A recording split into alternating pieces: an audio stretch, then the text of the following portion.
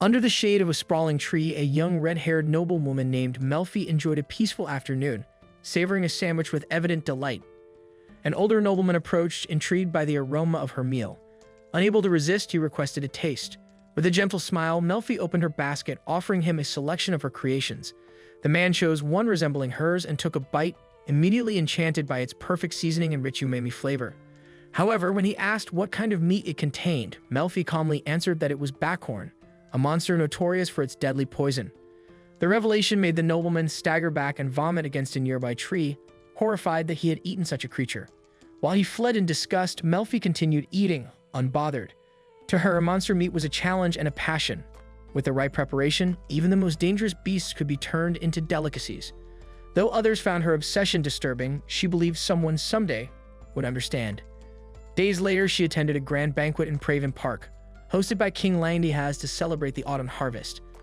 The event gathered nobles from across the kingdom, serving as an opportunity to showcase culinary achievements and, more importantly, for young aristocrats to seek suitable partners. Melfi, the daughter of a count, was among them, though her purpose there was far from voluntary. Her stepmother had warned her that if she failed to find a fiancé within the year, she would be sent to a convent. Even her father, worn down by worry, agreed to accept any decent suitor. Despite her family's pressure, Melfi found no joy in the event. Her peers whispered behind their fans, calling her unapproachable despite her beauty. Tired of their judgmental gazes, she quietly slipped away from the crowd and wandered toward the area where knights gathered. Perhaps she thought she could meet someone who didn't already know of her strange reputation. Her solitude was soon broken by a terrified scream. A monstrous creature had appeared, a backhorn identical to the kind she once cooked. Panic swept through the park as nobles fled in every direction. Amid the chaos, Melfi noticed an elderly couple struggling to escape. The man's cane had snapped, leaving him unable to move. Without hesitation, she rushed to help them. But before they could flee, the backhorn reared up behind her, its venomous fangs glistening.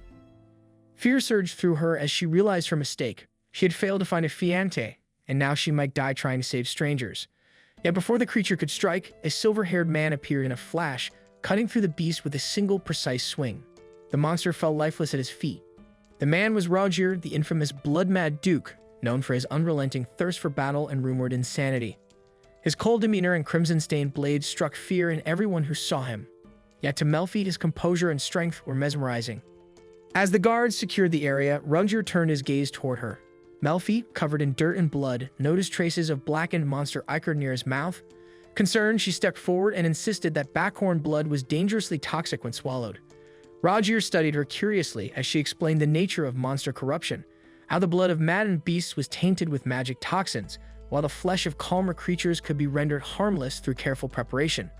Her words flowed with confidence, her knowledge revealing years of strange culinary experimentation. Intrigued, Reijou offered her purified water to cleanse any lingering toxins and ordered his men to prepare clean clothes for her. When Melfi mentioned she had butchered a beast just a week earlier, his composure momentarily broke.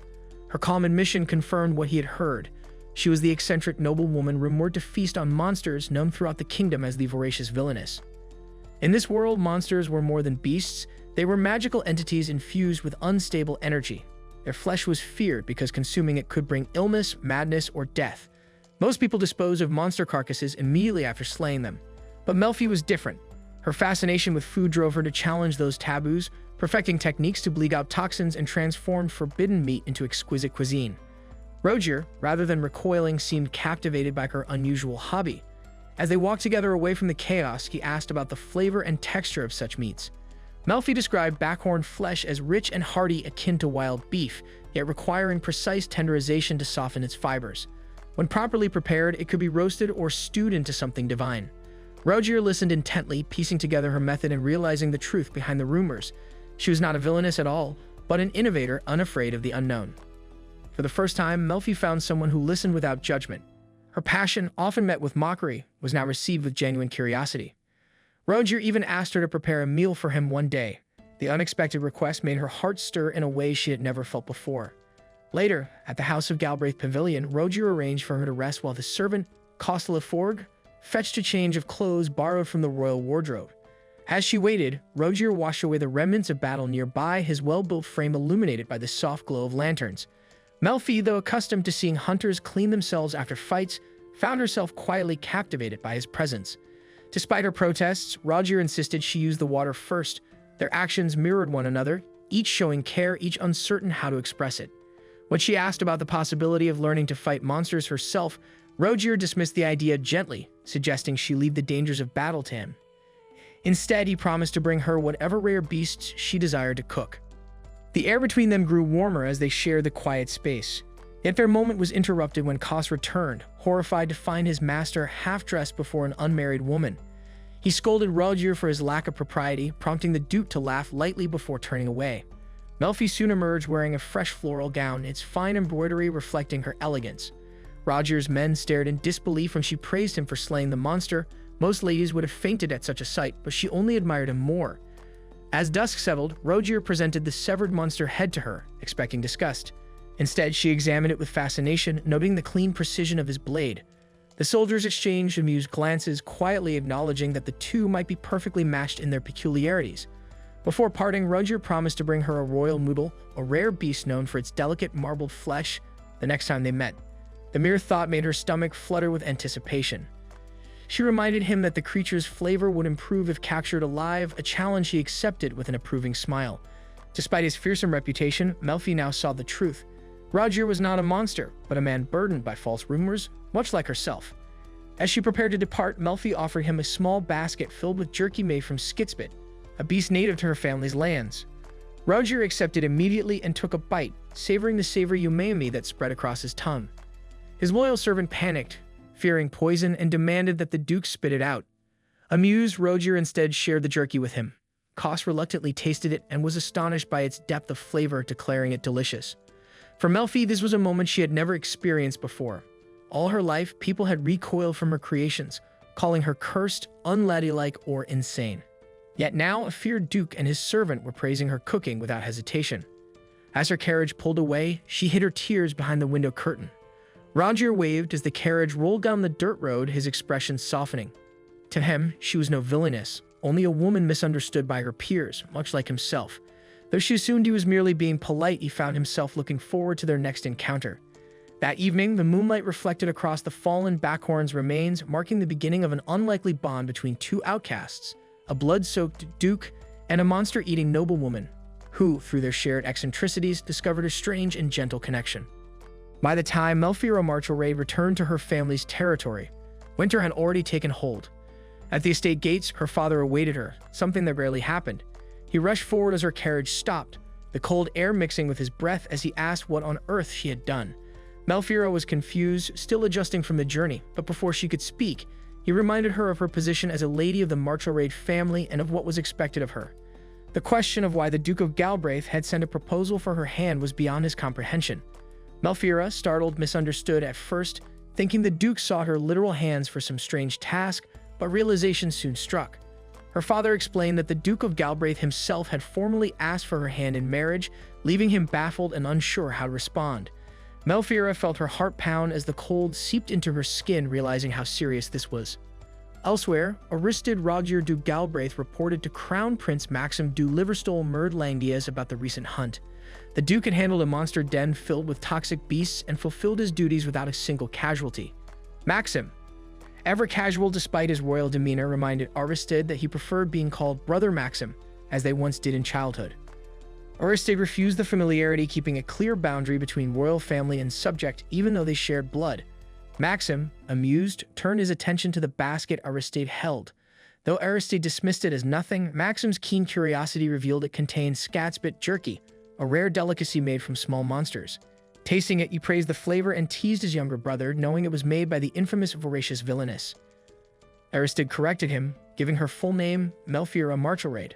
The Crown Prince found the situation intriguing, playfully suggesting that the usually stoic Duke might have found someone who could stir his heart. Aristide left the tent, refusing to engage, but his brother's words lingered. As he rode through the woods, Aristide reflected on the fiery-haired woman who had faced danger without fear. He remembered her courage and the spark in her eyes as she confronted the monster, unflinching even as its blood stained her dress. There was something extraordinary about her. How such a bold spirit existed within such a delicate frame. It had been a long time since anyone left such an impression on him. His subordinate, Kostela Ford, later reported that they had secured the Backhorn's habitat and that hunting had been suspended by royal decree. Aristide ordered that all hunts remain halted, not wanting more unnecessary killing. Kos, quick with words, teased the Duke about whether Lady Melphiera would attend their future banquets. Aristide, suspecting Kos of telling Maxim about their encounter, received only a sleek grin in response. Alone again, he thought of Melphiera's tears from that day, vowing never to let her wear that expression again. Back in the Marchalrayd estate, Melphiera was still trying to process everything. Her father mentioned that the Duke's letter had arrived a week prior, delivered on the back of a blazing eagle adorned with the Galbraith crest. The extravagant gesture left her both impressed and jealous, wishing she could have seen the magnificent creature herself. When questioned about the banquet, her explanation remained unchanged. The Duke had saved her from a magic beast. Yet, the content of his letter was even more surprising. The Duke of Galbraith expressed gratitude for their time together and formally requested her hand in marriage. The Marchalrayd family could not reject a noble of such standing without reason, though both father and daughter suspected the proposal might hide other motives. Later that night, Melphiera pondered the meaning behind the proposal. They had only met once at the banquet, bonding not over courtly matters, but over a shared curiosity for monster cuisine. It suddenly dawned on her that the Duke, a man of prestige and solitude, had no one who shared his fascination with such things. She could understand that loneliness, how thrilling passions felt meaningless when unshared. Wanting to bridge that isolation, she decided she would treat his letter as a gesture of mutual understanding rather than politics.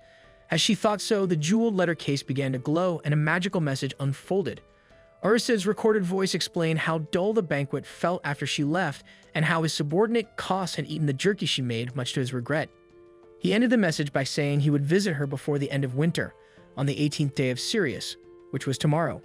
Melphiera's heart raced. It was no wonder her father had been so flustered. The Duke was coming to visit in person. Lying in bed that night, Melphiera held a framed portrait of her late mother. Her mother had once dreamed of enriching the harsh lands they ruled, researching ways to make monster meat edible and sustainable for the people. Melphiera had inherited that dream.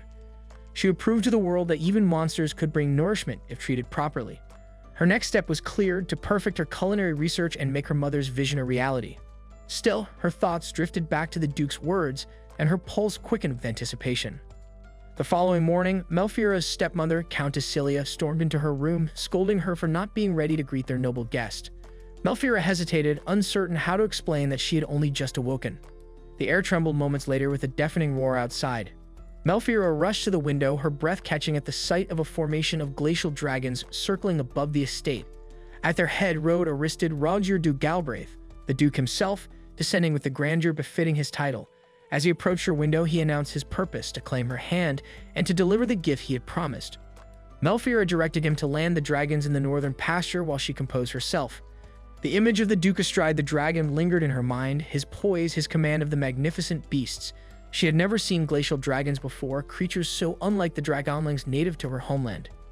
Her stepmother, still reeling from the spectacle, demanded to know what was happening.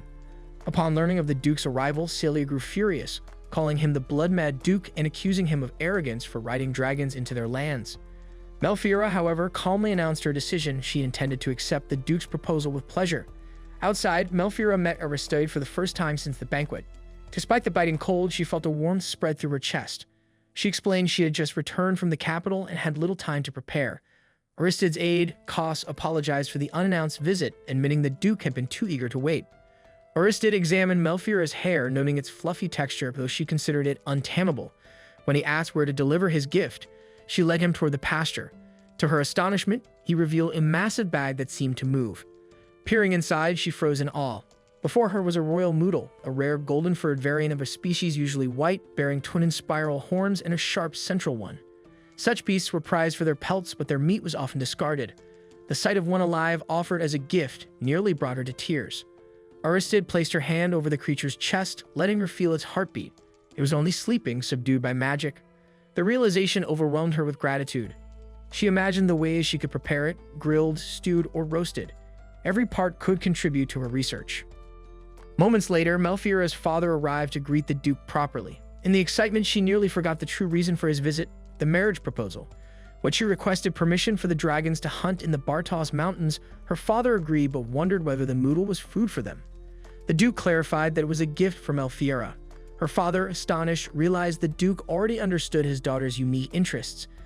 She requested that the research facility, her late mother's laboratory, be reopened for demonstration. Aristide supported her immediately, declaring that he understood her dedication despite the unflattering rumors surrounding her. His commitment remained firm. When her father learned that the Moodle was still alive, he was even more surprised. The Duke expressed his wish to see how the creature would be prepared, and permission was granted. Riding the glacial dragon together, Melphiera guided Aristide to the research facility. The wind whipped through her crimson hair, and the dragon's wings shimmered under the pale winter sun. She found the creature's low rumbling surprisingly endearing, and her earlier nervousness began to fade. Approaching the building her mother had once filled with life and ambition, she felt a mix of excitement and dread. The future of her research, and perhaps her heart, now rested on how the Duke would perceive it. She wanted him to see her world for what it was, not just the product of scandalous rumors, but a legacy of innovation and compassion. Upon arriving at the lab, Reijou noticed an ancient magic circle carved into the floor. Intrigued, he asked Melfi about it. She explained that it had once been her mother's creation, a design she later improved. It was what she used to process monster meat. Reijou found the idea ingenious, but couldn't help wondering how she managed to drain all the magic from a monster's corpse using only that circle. Melfi clarified that another tool was involved. She stepped into the storage shed and returned with a quartz flask. It looked ordinary, but she explained that it could draw out both the beast's mana and blood at once. Once activated and infused with her magic, it would become brilliantly colored. Reijou admired her craftsmanship, but before he could ask more, Melfi made a peculiar request. She wanted to see Reijou's sword behead a monster again. Before long, Melfi began preparing for the extraction. Cleaning such a massive creature alone would take hours, so she asked for Reijou's help. With a wave of his hand, his knights got to work. They were used to harvesting valuable materials from monsters and quickly stripped away what was needed. Within minutes, the golden-furred beast lay ready for her ritual. Reijou removed his jacket and asked if she was prepared. Melfi quietly prayed for the creature, promising not to waste any of its meat. Then she activated the circle and gave him the signal. Reijou lifted his sword and, with a single motion, severed the beast's head. His swing was so swift that Melfi could barely follow it. With the creature slain, Melfi began extracting its blood and magic. Holding the flask, she chanted softly, and the blood started flowing into it. But this was her first time handling a beast of such size, and the amount of mana-infused blood far exceeded her expectations. The flask began to crack as it filled beyond capacity. Melfi panicked. Once the spell had begun, she couldn't stop it. Reijou reacted instantly. After she handed in a replacement, he swapped the flasks in one smooth motion. Thanks to his quick thinking, the spell was completed safely, and the creature was fully drained. Reijou sighed in relief. Despite losing its blood, the monster's body looked almost unchanged. Melfi explained that her spell only extracted blood, leaving the rest of the body's moisture intact to preserve flavor. Reijou was impressed once again and asked how such a method had come to exist. 17 years ago, Melfi explained, the region had suffered a terrible famine. Hundreds died as crops withered and the land lost fertility. Her mother, desperate to save their people, began researching how to make monsters edible. The process was complex, but it worked. She had turned what was once feared into a source of life. After her passing, Melfi continued her research, hoping to simplify it so anyone could use it. It was both her inheritance and her passion. She smiled faintly, admitting that she also enjoyed tasting rare monsters herself. Reijou admired her resolve, but one question remained. Holding the flask of shimmering blood, he asked what she used it for. Melfi explained that it served as a power source, fuel for fires and lamps that lasted for months. Reijou was stunned. Without realizing it, Melfi had achieved something royal mages had failed to do for generations. She had found a way to extract and store pure magical essence in liquid form. In the wrong hands, such a discovery could be catastrophic. When he voiced his concern, Melfi looked uneasy. Reijou reassured her that he trusted her completely. Then, with a grin, he teased that he was relieved the rumors about her drinking monster blood weren't true. Her shimmering hair had nearly convinced him she might be a vampire. Melfi flushed at the unexpected compliment, and in her flustered state, blurted out how dazzling Reijou had looked earlier when he rode in on his dragon. Realizing what she'd said, both fell silent, the air between them thick with embarrassment. The awkwardness lasted until chaos interrupted, reminding them they still had work to do. They quickly parted and returned to their duties. Later, Melfi approached with a hunting permit. Reijou's dragon had devoured the beast's organs but still wasn't satisfied, so they needed to hunt again. As she spoke, Reijou's stomach growled audibly. Seeing this, Melfi smiled and suggested they cook a few pieces of meat right away. Reijou agreed and pulled out a small pouch, the slice mill, a blend of spices he'd taken from his head chef before leaving. He let Melfi taste a pinch, and her eyes lit up at its complex aroma. Together, they prepared 2 skewers and waited for them to cook, the smell quickly filling the air. Before they could take a bite, Chaos appeared out of nowhere, demanding to know what they were doing. Reijou tried to hide the food, but the scent gave them away. Thinking fast, he handed Chaos the permit and told him to hunt more monsters. Chaos, however, refused to leave without Reijou, insisting that their best fighter couldn't sit around grilling meat while everyone else worked. Reijou tried to defend himself, saying he was helping Melfi, but Chaos only smirked and accused him of sneaking a meal while his men went hungry. With no way out, Reijou promised to make Chaos a skewer too, but then realized the entire squad had gathered, staring at him expectantly. Resigned, he sighed and began grilling enough for everyone. When the first skewer was done, Chaos declared that, as commander, he needed to test it for poison. He took a large bite and froze. The flavor was astonishing. The meat melted in his mouth, rich and tender beyond belief. The others stared at him hungrily. Reijou demanded to know if it was safe, but Chaos mischievously replied that magical poisoning sometimes took hours to appear. The soldiers groaned. Melfi finally intervened, assuring them that if anyone fell ill, she would personally prepare the medicine. That was all they needed to hear. The knights eagerly grabbed their skewers. The taste was divine, juicy, perfectly seasoned, unlike anything they had ever eaten. Melfi beamed with pride, calling it the best monster meat she had ever prepared. Reijou praised her talent, saying no one else could have achieved such perfection. She tried to credit her mother's research, but Reijou insisted it was her skill that had brought it to life. His knights agreed, loudly declaring her a genius. As everyone feasted, Reijou reached for a third skewer, but Melfi called his name. Thinking she was about to scold him for overeating, he quickly assured her he would still have room for dinner. Instead, she quietly asked him to follow her. Inside the lab, the atmosphere shifted. Melfi led him into a cluttered room filled with papers and strange devices. She apologized for the mess, but Reijou smiled, saying all labs look that way. While examining the equipment, he noticed a set of metallic spikes shaped like scarabs. Melfi explained that they were traps she designed to capture monsters for study. Reijou was impressed. He had wondered how she obtained her test subjects. She said the local knights sometimes helped her, but often she had to hunt alone. That revelation startled him. He asked if the townsfolk disapproved of her work. Melfi hesitated, then nodded. People despised the idea of eating monster meat. Even those her mother had once saved denied the truth, refusing to believe they had ever eaten such food. To them, it was a taboo better forgotten. Reijou could sense the quiet ache behind Melfi's calm tone, a kind of sorrow that didn't show on her face but lived within her voice. Despite the ridicule and condemnation surrounding her work, she continued forward with unshakable conviction.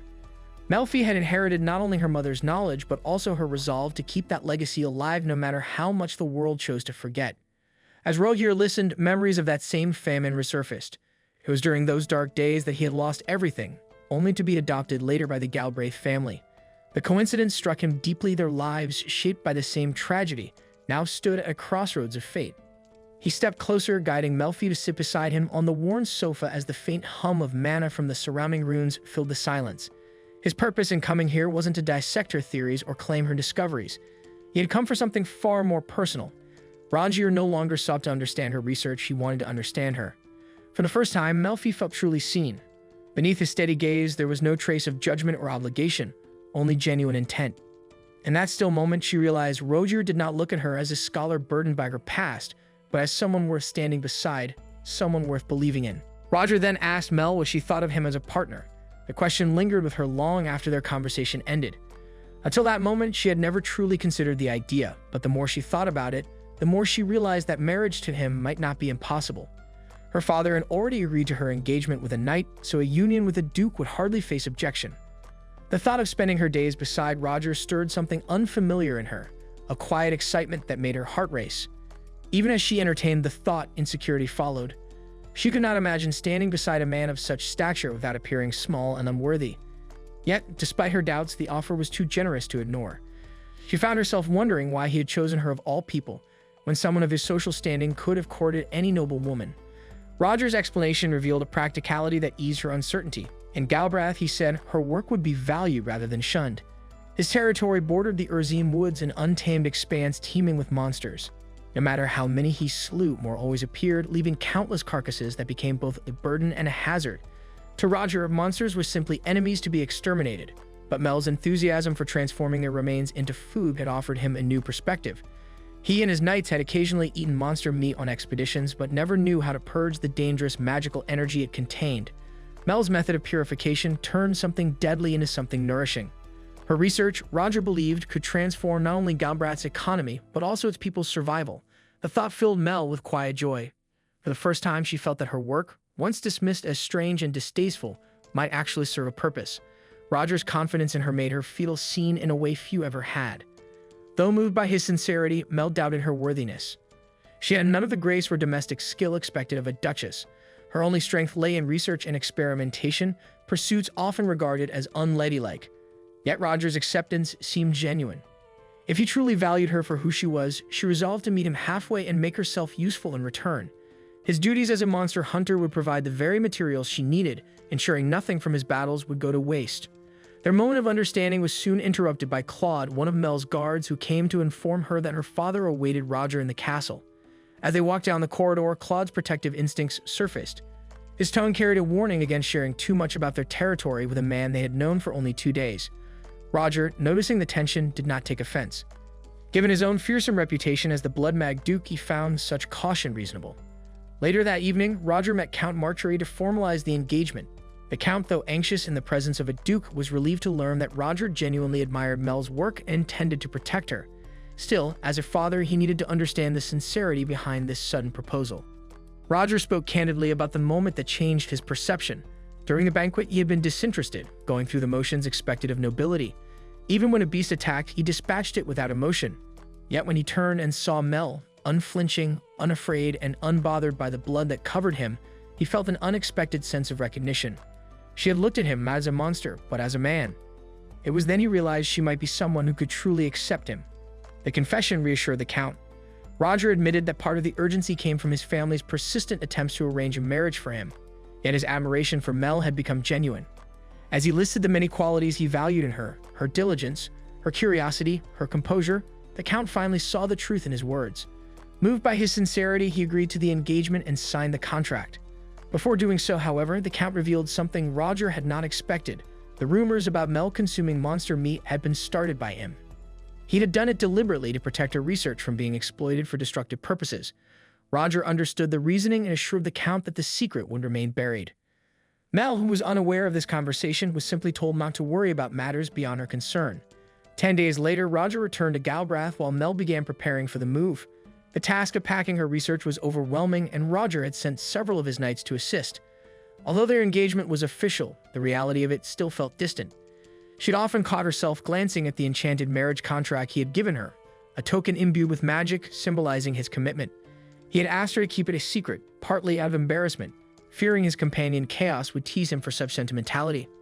As departure day neared, Mullen, one of her knights, reported that the royal meat was frozen and ready for transport. Mel instructed him to leave the muter hides for her father and stepbrother, who could make fine coats from them. She wondered if it was truly normal for an engaged couple to move in together so soon, but the decision was practical.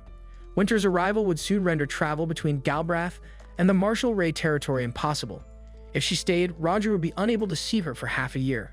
A knock at her door interrupted her thoughts. The head butler, Herman, entered quietly. Having cared for her since childhood, he carried a bittersweet expression as he informed her that her escort had arrived. Mel realized then that she might not return for a very long time and decided to see her father one last time before leaving. When she entered his room, she instead found her stepmother, Cecilia. Though she claimed to have come to bid farewell, her words quickly turned cutting. She questioned how Mel had managed to attract a duke's attention and reminded her that her own son remained the true heir of the Marchalrayd family. Cecilia's final warning, that Mel should not expect to be welcomed back if abandoned, was delivered with cold satisfaction. Rather than engage in argument, Mel left in silence, unwilling to taint her final moments at home with bitterness. Outside, her father greeted her warmly. He noticed the coat she wore and explained that it had once belonged to her late mother, Elise, who had worn it on her wedding day. Mel listened quietly as he recalled Elise's first winter in the north, how she had played joyfully in the snow until illness confined her indoors. The story made Mel smile, offering her a glimpse of the woman she had longed to know. Soon, Roger arrived in the courtyard to escort her. Her belongings were already prepared, and he took note of the stack of old research papers nearby. Concerned that they might fall into the wrong hands, he offered to destroy them. Mel consented, and he set the pile ablaze with a spell so powerful that flames shot high into the air. The sudden display startled everyone present, though Roger's embarrassed expression afterwards softened the moment. His attempt to impress her had clearly gotten out of hand. Before they departed, Roger turned to Claude, thanking him for protecting Mel and praising his potential as a knight. He even extended an invitation to join the Galbraith order, a gesture that left the young man stunned. With everything in order, Roger helped Mel onto his dragon's back. Her father stood below, watching in silence as they prepared to depart. Pride and melancholy mingled in his gaze. He knew his daughter was stepping into a new life, one far beyond his reach, but he also trusted that she would be cherished. As the dragon lifted from the courtyard, its wings scattering snow into the air, Mel looked down at the home she was leaving behind. The world below grew smaller, yet the path ahead felt vast and uncertain. Thus ended one chapter of their lives, the daughter of Marchalrayd departing her home, and the Blood-Crazed Duke finding the one person unafraid of his shadow.